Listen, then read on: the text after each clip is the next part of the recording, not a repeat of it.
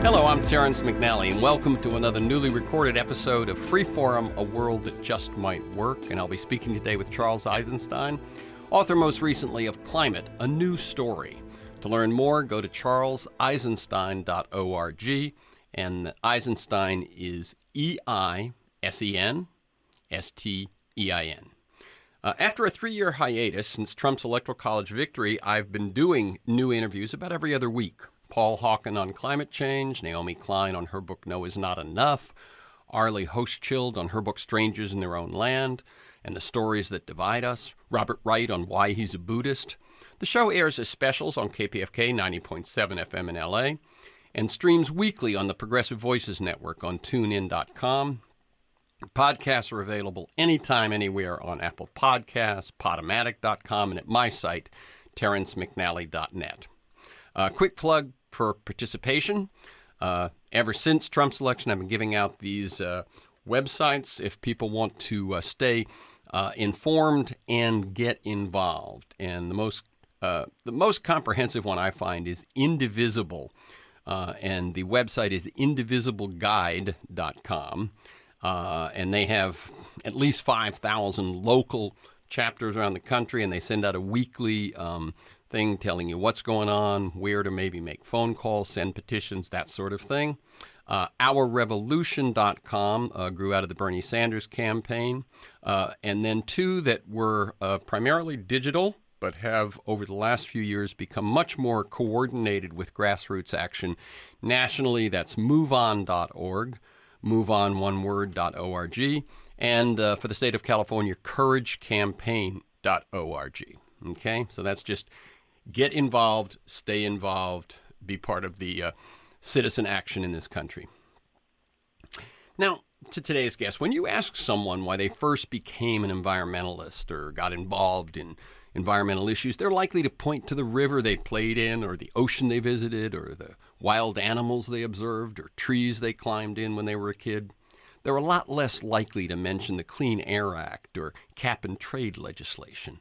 Today's guest uses that fact as a jumping-off point to make the case for a wholesale reimagining of the framing, the tactics, and the goals that we employ in our journey to reverse climate change and heal from ecological destruction. If we begin from an understanding that the rivers, the forests, the creatures of the natural and material world are sacred and valuable in their own right, not simply for carbon credits or preventing the extinction of one species versus another, we can awaken the possibility of engaging meaningful emotional and psychological connections that are bigger and deeper than any policy solution or practice might ever be. Now, one of the things we talk about a lot on this show, and have been doing so for a long time, is the need for new stories, new narratives. Heightened with the 2016 election, we must generate a vision, I believe, of the future that it is as compelling, inviting, and real as the past some so fondly remember. So what is a compelling narrative that can drive Americans to yearn for a future richer than the past so many seem to want back? What vision can we offer to engage their emotions by fueling their yearning rather than feeding their fear? And I suspect that vision, as it was in 1960, is as American as the Mayflower or the Conestoga wagon and the Apollo spacecraft. We need to call Americans to embark together once again toward a new frontier. Okay, a new frontier that confronts big problems with new, innovative solutions. When people ask me what I envision when I talk about a world that just might work, which is one of the titles of this show, it's what I base most of my work on, that slogan or motto, if you will, one of the primary pieces, I feel, is a new worldview. The old worldview, reality is dead, static, and separate. New worldview, reality is alive, dynamic, and interdependent. And I find resonance with those notions in the writing and the thinking of today's guest, Charles Eisenstein. He focuses on themes of civilization, consciousness, money, human cultural evolution. After graduating from Yale with a degree in mathematics and philosophy, he spent the next 10 years as a Chinese-English translator in Taiwan. He hosts the podcast A New and Ancient Story and is the author of at least 4 books: The Ascent of Humanity, Sacred Economics, the more beautiful world our hearts know is possible, and his latest, Climate a New Story. Welcome, Charles Eisenstein, to Freeforum, a world that just might work. Oh, thank you, Terrence. Really happy to be here. Okay, and let me tell listeners that we're recording this conversation Wednesday, February 28th, 2019. So, Charles, I like listeners to get a feel for the people behind the ideas and the work that we talk about. So, can you tell us in your own words a bit about how you see your path to the work you do today? And feel free to mention mentors, turning points, moments of decision. And feel free to take a little bit of time with this and let me note that on your website, when I looked for a bio, I found instead basically the answer to the question that I just asked. I never was too fond of bios, because that's the sanitized version of who you are. And it's kind of a dilemma. What do I say to people who I don't know? Am I supposed to expose my most tender vulnerabilities? That doesn't feel quite right either. But I can definitely say that the work that I do today came from a feeling that there was something deeply wrong with the world that had been offered to me as normal. And I think that this is certainly not unique to myself. In fact, I think in my generation, I guess I would call myself Generation X. Mm-hmm. In my generation, there was this ambient feeling of wrongness or betrayal that brought so many of us to become slackers. Like, we invented the word slacker. Or, some of us became addicted to things, or we just kind of half-heartedly participated. We just half-heartedly participated in a world that was offered to us, and there didn't seem to be any alternative. And so, but I couldn't let go of the feeling it's not supposed to be this way. It's supposed to be more authentic. It's supposed to be more beautiful. There's not supposed to be starving children. Like, this can't be right. We can't accept this. And that made me unwilling to fully participate. So even though, I went to Yale and so on, my heart was never in it, and I basically jumped ship right after college. And as you said in the bio, I went to Taiwan, and this imperative seized me to find what is the origin of this wrongness. Is it just me? Am I just maladapted and don't have my acts together? And you need to exercise more discipline to become a productive member of society.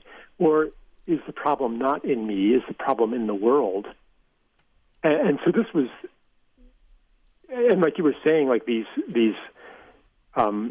moments of environmental awakening were definitely part of that. To see beauty being destroyed, that also contributed, and to read about it. My father gave me radical books when I was a teenager. I read Wendell Berry, I read Rachel Carson. Mm-hmm. So all of these things contributed to this quest to discover the origin of the wrongness in the world, in me. What's going on here? Okay. And you after the dropping out, if you will, and the time in Taiwan, with these questions, always, I guess, gnawing at you, what came next? Well, eventually, so in Taiwan, I really had a powerful awakening because I was immersed in a culture and a worldview that was radically different from what I'd grown up in. And for example, I encountered phenomena that my Yale education told me couldn't possibly exist. It couldn't be real, yet there I was experiencing it. So I began to question, what else have I been told that is real, that may not be real? What else have I been told about what is possible that might be just a narrow part of the bandwidth of real possibility? What have I been told about who I am that may not be true? So I began to question everything, and that led me eventually eventually I moved back to the United States and settled in basically suburbia. And to be near my parents, to raise children, we started having a family. And man, it wasn't like it was when I was a kid.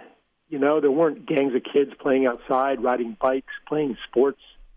Everybody was shut up in their own box. And I was like, what is happening here?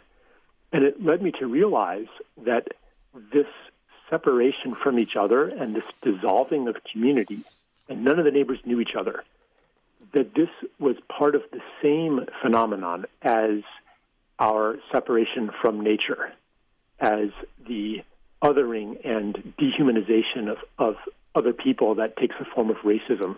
Like all of these things affecting every institution, especially the money system, all of these things are the playing out of the same story of separation that is grounded at a very basic level in Newtonian, Darwinian worldviews, that who you are is a separate self in an objective world of other.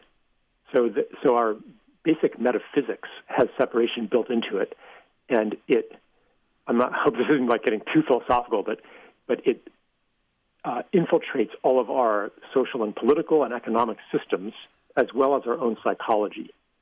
And so this is what comes up in the climate book, that if we see the world as essentially a geomechanical machine, basically if we see it as a dead thing, as a bunch of random biochemistry, for example, to be used for our instrumental ends, we see it that way, it's going to become that. If we hold a story of the world as dead, it begins to die.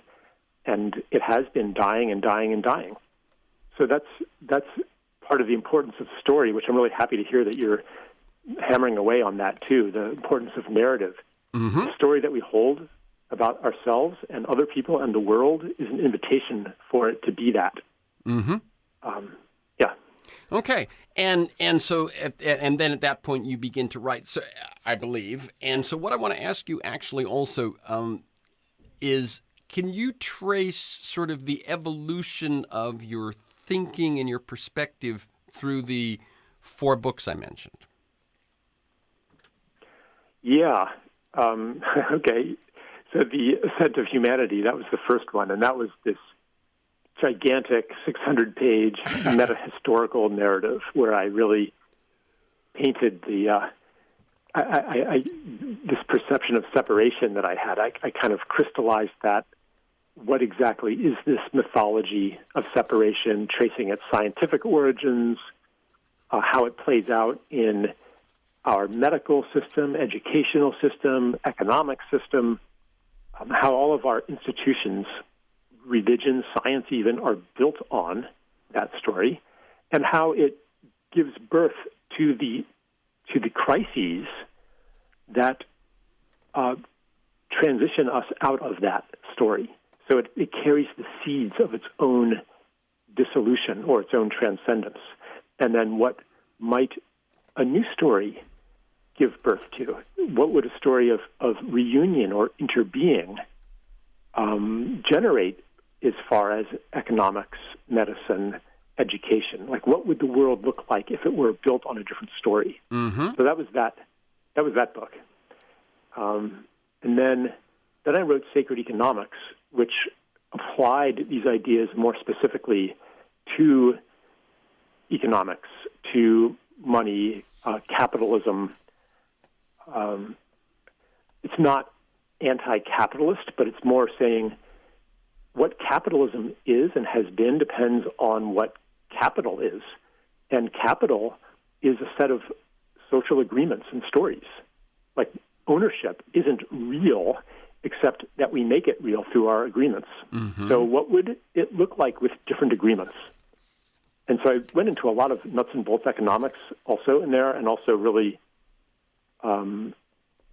explored what community is, how community is woven from gifts, and why it's dissolving. And then I wrote this during the financial crisis of 2008, 2009. So I addressed that a lot. And what would a system look like that, again, embodied a different story.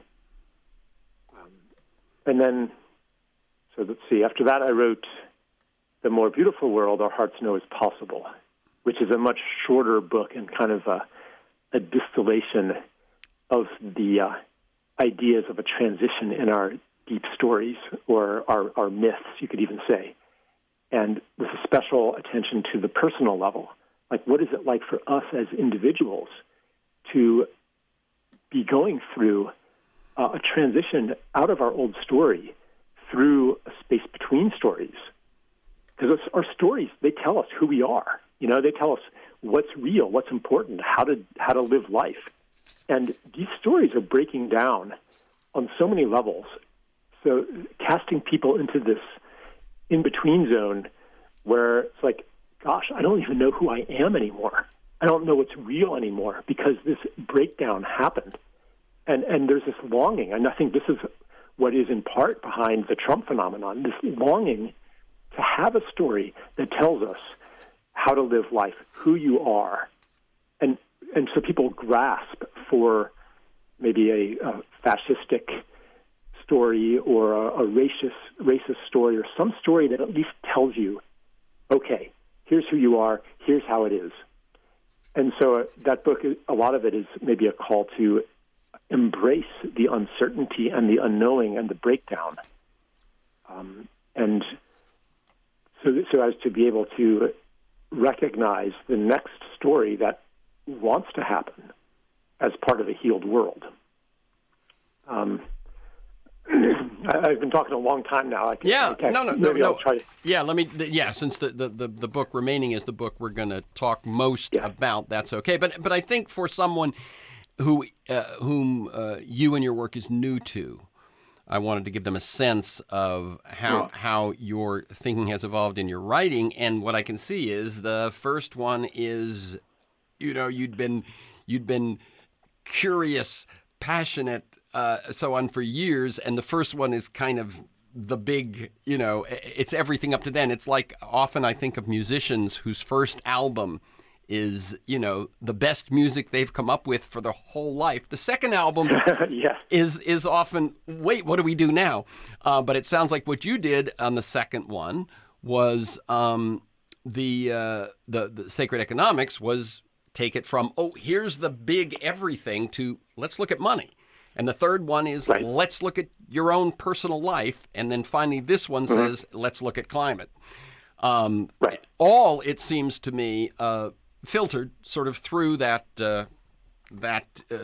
perspective that, as I said at the top, is very much, that's one thing that I saw was that this thing about old reality, new reality, old story, new story, I certainly, share very much of what you said in terms of, and I will also say one other thing, which was that my experience, which is basically, I have a feeling, I think I'm probably sort of the same generation as your father, who was turning you on to certain books as you were growing up. And I actually graduated college in 1969. And felt just as you said you did, that there was something clearly wrong. And rather than jumping into one of the tracks that was available, I farmed, I sailed, I lived at a yoga camp, I taught, I started an alternative high school, I worked in the McGovern campaign. It was, doing things that were not the, necessarily the things that were expected. So I just wanted to let you know that we share some of the path as well as some of the perspective. One of the things that you say very early, I think, in Climate: A New Story, or that certainly sits at the root of some of that, is this sense that societies can pass through initiations, and that one of the things I think is crucial in your perspective is that the way we've been doing things is creating crises that might be big enough to cause us to find a new path.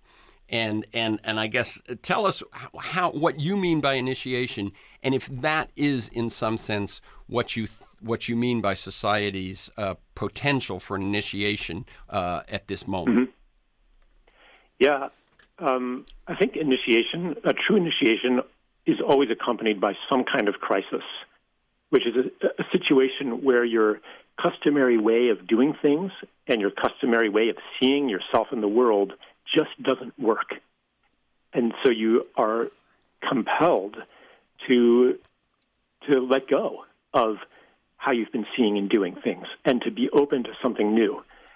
So I think the most significant aspect of our initiation as a collective right now is that it's the realization that we're not separate, that what we do to the world is inescapable, that it comes back to affect ourselves.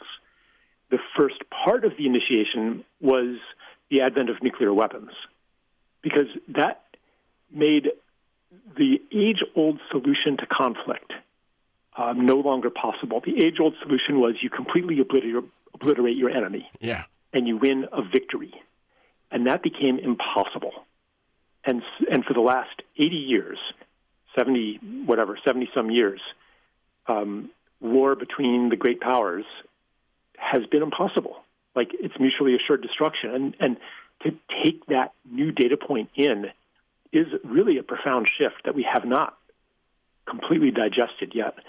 And then the second part of this curriculum of interbeing is the word I like to use. It's coined by Thich Nhat Hanh, I'm told. The second part of the curriculum is the environmental crisis, where we're learning that what we do to the world comes back to us. And climate change, the dominant narrative of climate change, is one way that realization is being articulated. Now, as you know from reading the book, I don't agree 100% with the dominant narrative, but it has that core truth that we're not separate from the world, that we are intimate participants, and that we cannot escape the effect of our actions. I could say a bit more, just maybe a little bit more about what the effect is. Let me ask one thing, which won't take you away from that, I don't think, but it sounds like, as with the, and it's interesting because as I asked the question, I was thinking, well, for my generation, this initial one was the threat of nuclear annihilation, and sure enough, you cite that as a previous initiation point. That it strikes me that as the worst of the crisis is moving toward us or is hovering over us and so on, that my assumption and my experience is that two things happen. One, people harden, and two, some see a new way. And it seems to me that what happens in these moments and what's happening right now, and certainly what happened in the 60s, if you will, is that both of those things happen simultaneously. Yeah, and sometimes happen simultaneously within one person. Very good. Yes. So where were you going to go with that? Well, maybe if I can weave it into what you were saying, sometimes it's hard to recognize exactly how our actions are coming back to bite us. We tend to think that it's going to be like the dominant narrative is all these bad things are going to happen to us because of climate change. It'll be rising sea levels, economic losses, refugees, crop failures, and so the bad things are understood as things that we can measure according to our existing metrics of well-being. But I have a different fear, which is that just as it has been for centuries, we will continue to degrade and destroy the living world, and our lifespan, our GDP, our literacy rates, all the things that Steven Pinker talks about as proving that we live in a better world than ever, all of these things will continue to look fine. Yet at the same time, we will experience more and more depression, more and more addiction, more and more suicide, more and more feelings of alienation and meaninglessness. And that these actually are intimately connected to our relationship to the natural world, to the rest of life. Because as we become more and more disconnected, something of our core being atrophies, it withers. Because who we are not these separate individuals. We exist only in relationship and only through a full complement of relationships to people and to non-human beings like soil, like trees, birds, water. Only through the fullness of these relationships do we experience ourselves as whole, as belonging in the world, as being at home in the universe. So you could look at a possible future of geoengineering and cities enclosed in bubbles, and carbon-sucking machines and synthetic food or hydroponics factories and so on. And everybody gets fed and everything else dies. And the world turns into one giant strip mine and waste dump. And from the metrics of well-being that we ordinarily use, that would be okay. But something in us dies every time a species goes extinct, or every time a forest gets cut down, some core part of ourselves. And so this understanding that we are interconnected and interdependent and interexistent goes far beyond our ordinary way of, are we going to survive or not? Mm-hmm. Let me say, yes. Oh, very much so. Yeah. What you're saying is that if we view the world as a machine, and we look at metrics, which, as you point out, work with machines. You can check various numbers, and you can find where the flaw is, and you can put in a new part there or something like that, and cure it, as it were. That doesn't work with organisms, and it doesn't work with ecosystems, and it doesn't work with planets. That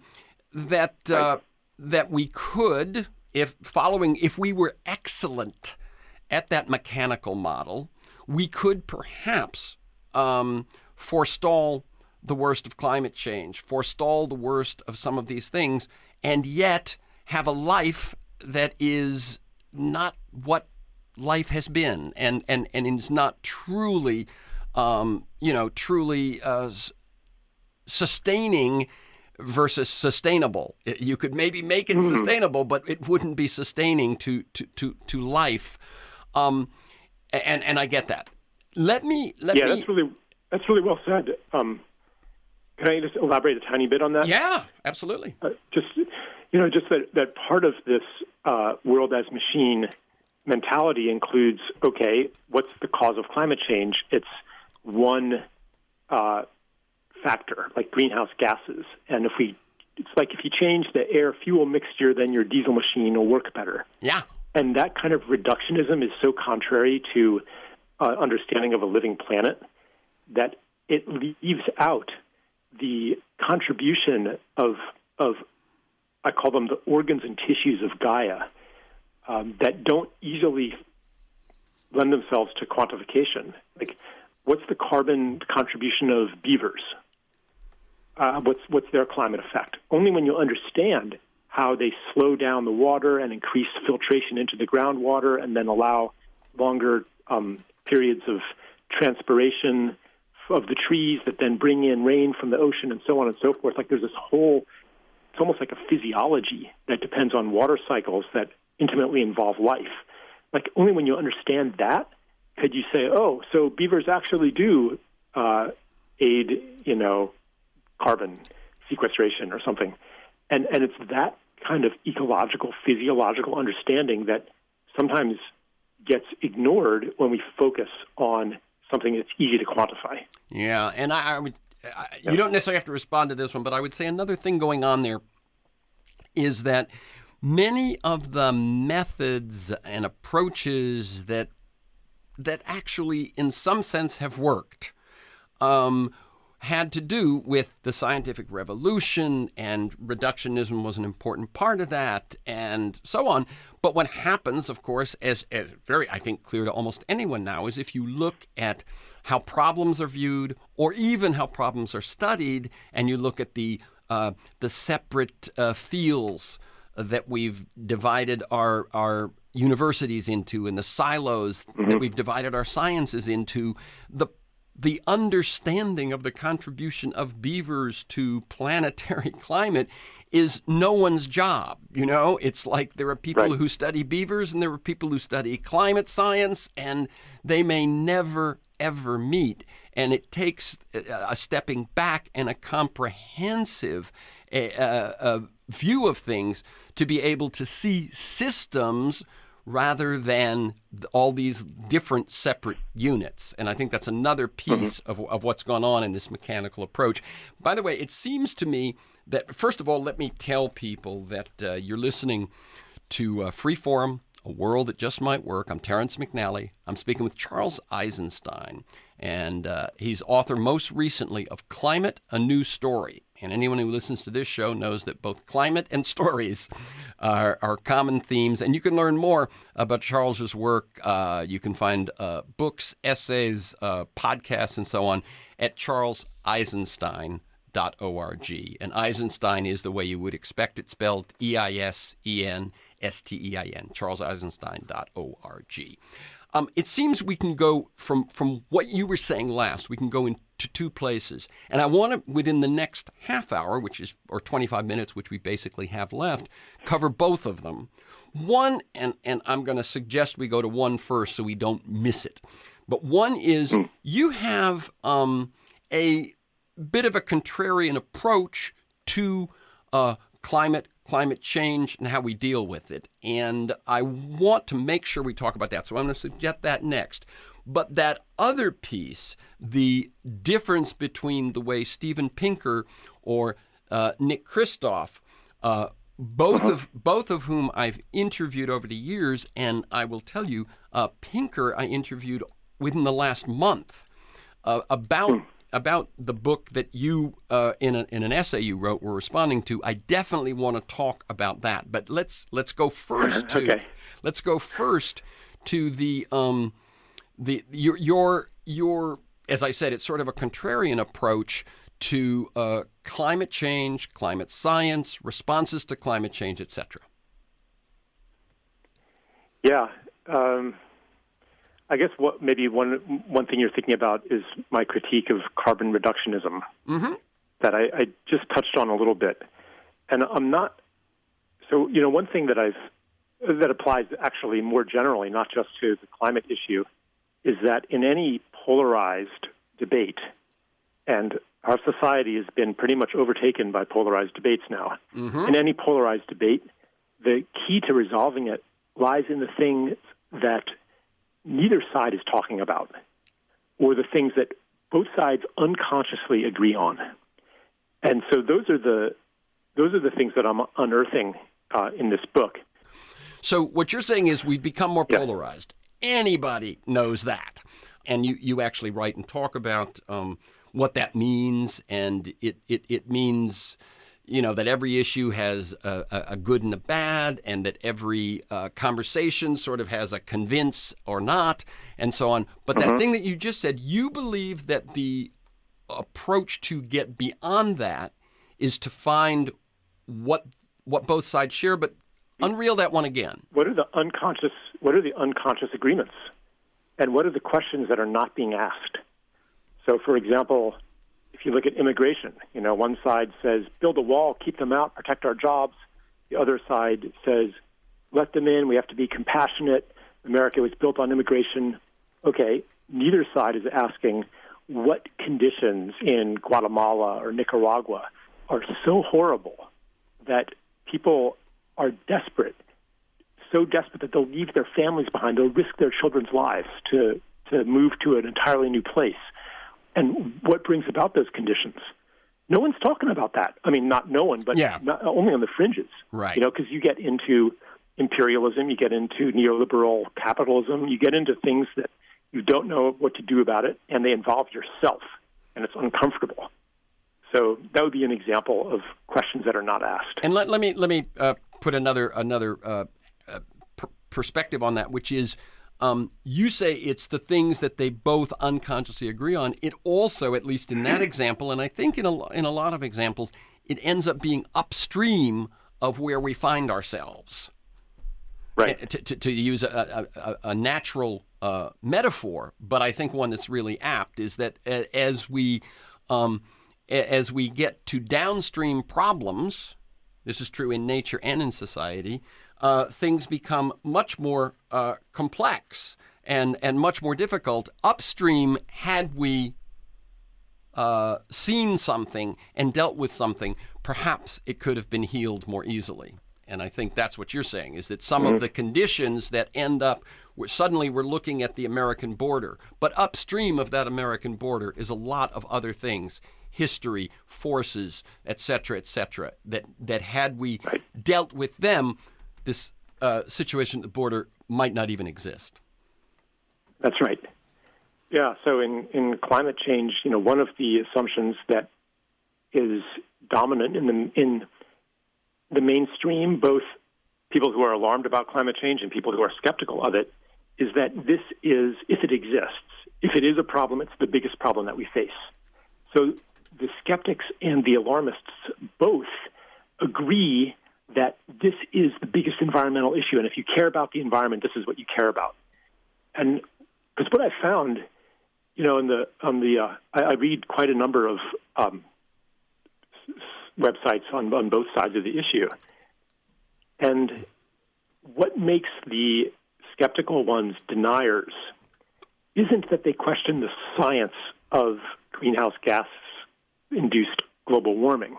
It's that they have an unstated anti-environmental agenda, almost universally, that finds some reason to dismiss or minimize any environmental concern. Basically, they're like, everything's fine.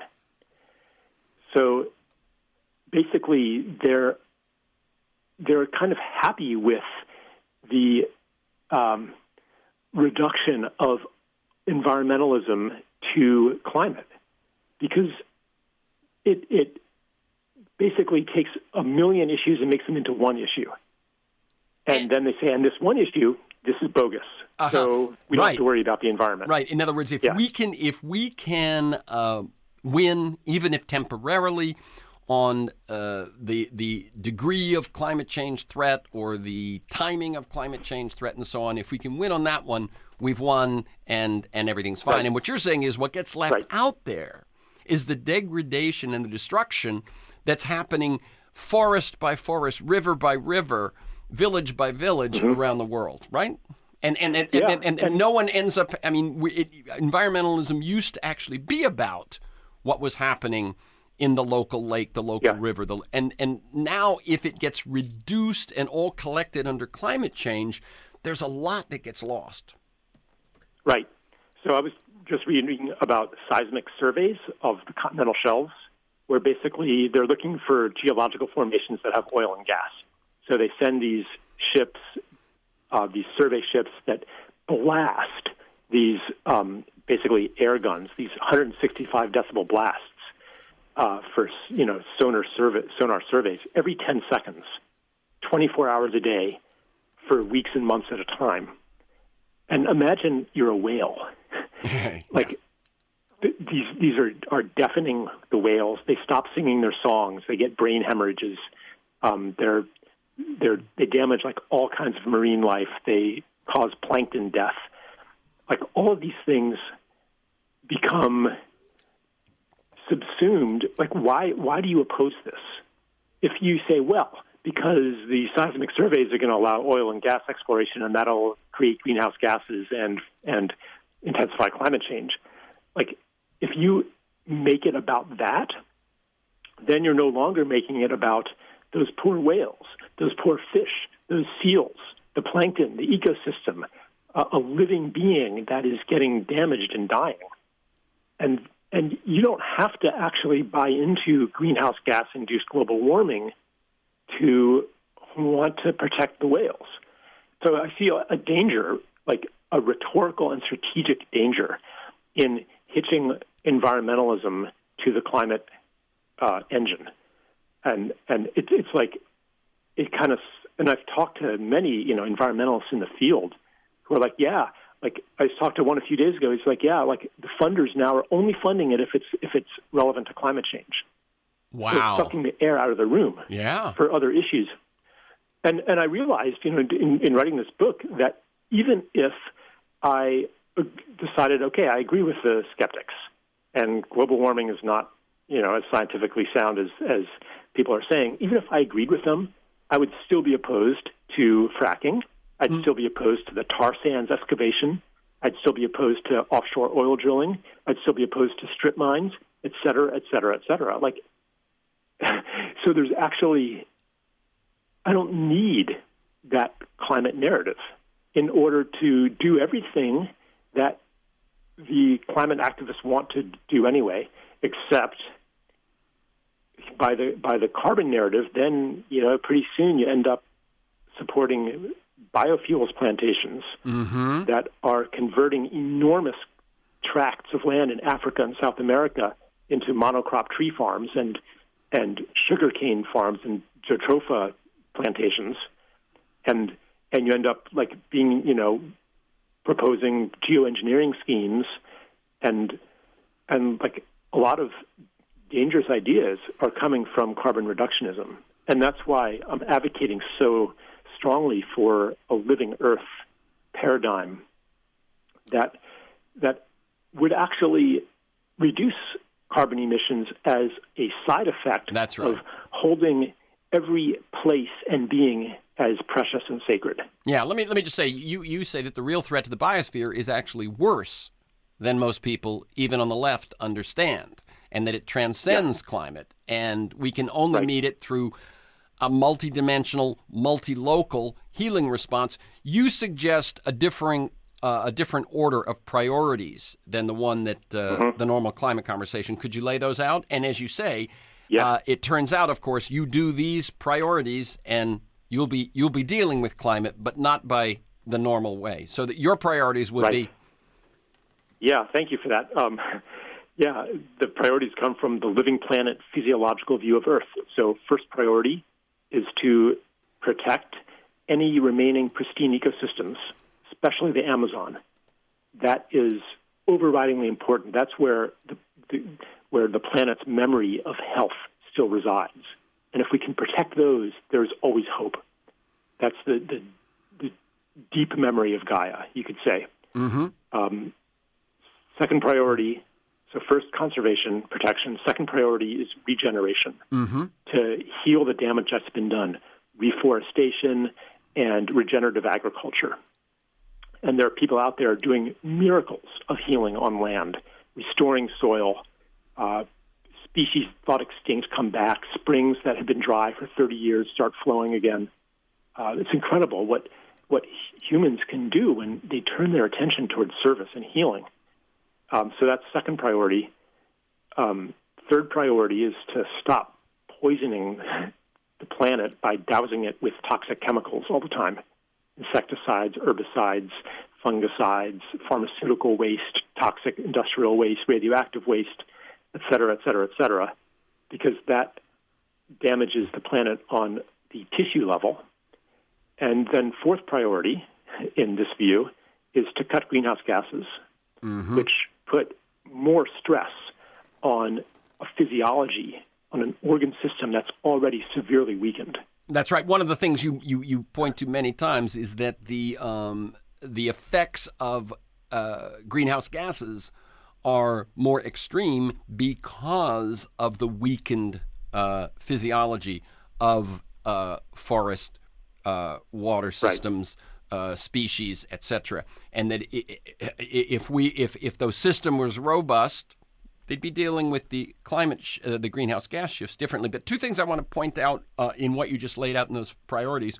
One is and these are things you have pointed out in your writing, because I've read them, is that when you regenerate soil, regenerate an area, you get evidence, tangible evidence quickly. One of the things about climate change is that the threat is, while we know about droughts, fires, intense storms, and so on, the threat of the real crisis seems to be in the future. And so you make a change, and it probably, you may do the right thing greenhouse gas wise and not see the effect. It might just be that the fires don't get worse, which is hard for people to see. Right. Whereas when you do what you're talking about, which is repair things, heal things, the effects are there quickly, and people can see them. Mm-hmm. And the third is, another point is that you're talking about poisoning the world, pesticides, herbicides, pollution, etc.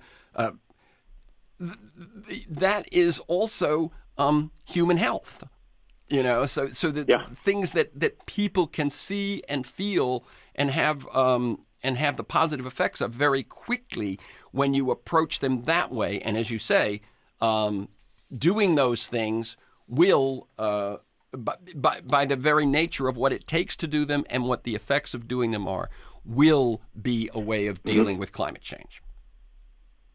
Yeah. And what happens? What sort of responses do you get? In other words, when you voice this, and you're not in someone who just loves Gaia and is all yes, keep going, Charles. Do you get what happens when? I mean, are there some negative? What sort of negative responses do you get with your approach? Oh, well, yeah. There's maybe two different kinds of negative responses. Or three. One is that people who are very strongly wedded to the carbon-centric narrative say, "Hey, you're even if what you're saying is true, like you're giving aid and comfort to the denialists, to the deniers, and you're not helping our narrative." And you're ignoring the science, which isn't actually true. I've read a lot of the science, but part of my point is, and just like you were saying, like when you do earth repair, regeneration, you see the effects. You don't have to take the authority of the scientific establishment for granted. You don't have to accept that. And a lot of the dominant narrative today is basically trust science, trust what teacher says, trust the authorities that science is embedded in. And today, a lot of people, for good reason, are becoming very suspicious of what authority is telling them about the world. Mm-hmm. So I think it's a really dangerous ground to tread on. A friend was just talking about his Trump-supporting brother, who is a rancher and is practicing holistic grazing and building soil at half an inch a year. And he doesn't believe in climate change. Yet he's sequestering more carbon than 1,000 environmentalists put together. He's doing more for the environment, but for totally other reasons. Right. I'd like to shift. We've got about 8 minutes left. I'd like to shift to this other question, which is there was an article that you wrote. Our New Happy Life was the essay, The Ideology of Development, an essay you wrote in May of 2018.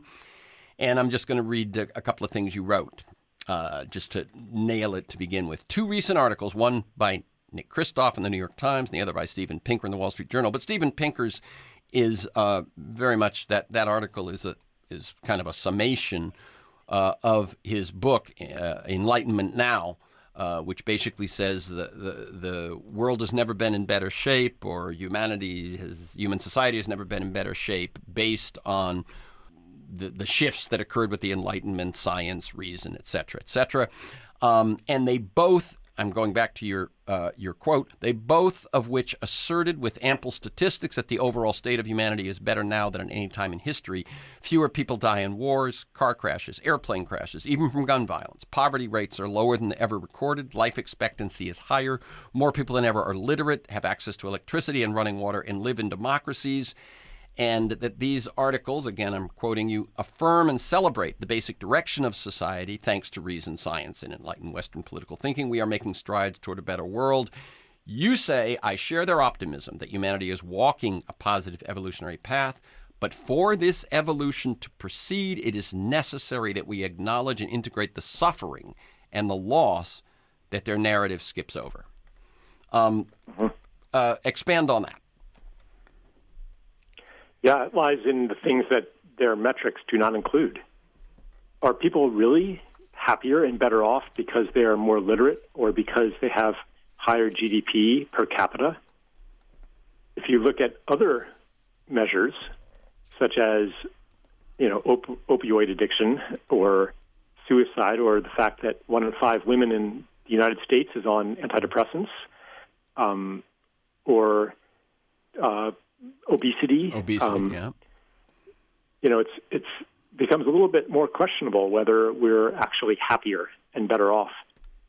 And then there are the things that you can't even begin to measure. So by focusing on these metrics, like these metrics come from a certain worldview about where happiness comes from. It comes from the meeting of your basic needs, and it's part of the ideology that we are motivated to maximize reproductive self-interest or economic self-interest. So the more of that you have, the better off you are. But what about the well-being that comes from connection to other people, to community? So today we have higher GDP than a generation ago, but if something happens to you, you don't have a network of support around to help you, and you're cast into destitution. You don't have community that's taking care of you without the use of money. But if you go back 10 generations, say, and you lived in a small village somewhere, like you hardly even used money. Yeah, and today there are still people, in remote villages in India or Bangladesh or tribes in the Amazon that they make less than $1 a day, but they live so much better than anybody you'll meet in this society. And the levels of, I don't know if you've been to some of these places, but many people who go, they're like, I've never seen such happy people. Right. I've never seen so much joy. And if your house burns down, your neighbors come and help you rebuild it. If you fall sick, people come and take care of you. And so these social relationships have been replaced by monetized relationships in a process called economic growth. And intimate local connections have been placed by abstract, distant global connections mediated by money. But that doesn't mean that we're better off. Right. Let me share a couple of my responses. One is that I must tell you, when I was a freshman in college and I took a survey course in social relations, the moment that sticks out for me more than anything, and it might be more than almost anything I ever saw in a college classroom, was when I saw a film in 1965 of Kalahari Bushmen, hunter-gatherers, and it was about that they were happier without progress. And this was a formative moment in my life, and it just blew my mind. It had never occurred to me, growing up and reading what I'd read and seeing what I saw and having the conversation I'd had, that was possible. Another thing was Bill McKibben, who is now, one of the leaders of 350.org, a great leader in the climate side, wrote a book called Deep Economy, which you may know. And in it, he makes the point that there's an annual measurement of happiness that has been taking place in the U.S. for some time, and that peak happiness scores were 1958. And he contends that any gains in technology and convenience have been outweighed by loss of community. And another piece in what you're saying is that what Pinker's and Christoph's analysis is based on is numbers, and always macro numbers. And so you both have what can't be measured, what isn't measured, and what individual personal experiences are left out of large numbers. Right. And another question is, what biases are encoded in the things you choose to measure? What value judgments about what's important in life? Yep. let's go back to that where we started off the conversation. You got about a minute. Go back to that initiation, that crisis we're passing through, and what gives you hope. Mm-hmm. So when we understand that the cause of climate change is everything, and that the health of this earth depends on the health of all of its organs, and that human beings are among these organs, then we understand that any healing work, whether it's on a social level, racial, individual, psychological, community, or ecological, any healing work is going to be healing for all things. And that's intuitive when we understand that we're not separate, that we're moving into full participation in the tribe of all life on Earth. Nothing less than that big a shift of perspective and beingness is going to fulfill the initiation that we're going through. Charles Eisenstein's latest book is Climate, A New Story, and you can learn more at charleseisenstein.org. And Eisenstein is EISENSTEIN. Climate, A New Story, charleseisenstein.org. For this conversation and many other interviews, articles, transcripts of interviews, and to join me in pursuit of a world that just might work, go to terencemcnally.net or aworldthatjustmightwork.com. They're the same website. A World That Just Might Work, one word. Terence McNally, one word. TERRENCEMCNALLY. If you want to receive my weekly email announcements of guests and issues, plus 8 or so articles I choose each week to flesh out the conversation, adding examples and context, sign up at my site or email me at temcnally@mac.com. You can also subscribe and listen to the Freeform podcast on Apple Podcasts. You can find years of podcasts at my site or at iTunes. Listen anytime, anywhere. Archives include Michael Lewis, Jeremy Scahill, Naomi Klein, Robert Reich, Van Jones, Connie Rice, Greg Boyle. You can also follow me on Twitter at McNally Terrence. Thanks to Kiana Williams, Mark Maxwell in production, George Vasilopoulos at Progressive Voices, and most of all, you, my listeners. And please share this podcast widely.